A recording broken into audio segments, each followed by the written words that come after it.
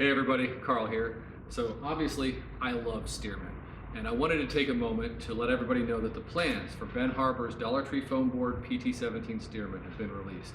I'll put a link down in the comments below. This is an awesome model. Ben did a great job with this design. I want to thank Dan Sponholz for giving the plans the spawns treatment.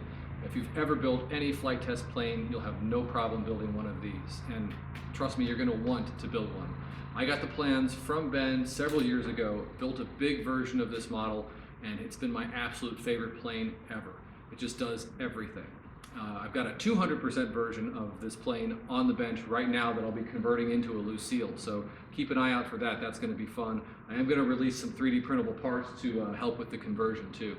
But we're going to be flying these planes, the 40-inch versions, in an event we're calling the Barnstormers Challenge, and that's going to take place at Flite Fest this year, 2023. So grab the plans from below, build one of these for yourself, and come play with us in Ohio this year. Until next time, thanks for watching.